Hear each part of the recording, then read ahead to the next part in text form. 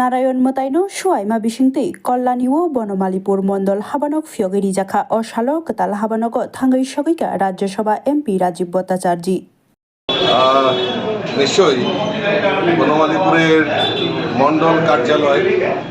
আমাদের আজকে কল্যাণীতে, এটা একটা আমাদের নিজস্ব জায়গায় আমরা আমাদের মন্ডল কার্যালয় এখানে আজকে তার আনুষ্ঠানিক প্রারম্ভের মাধ্যমে পূজা অর্চনার মাধ্যমে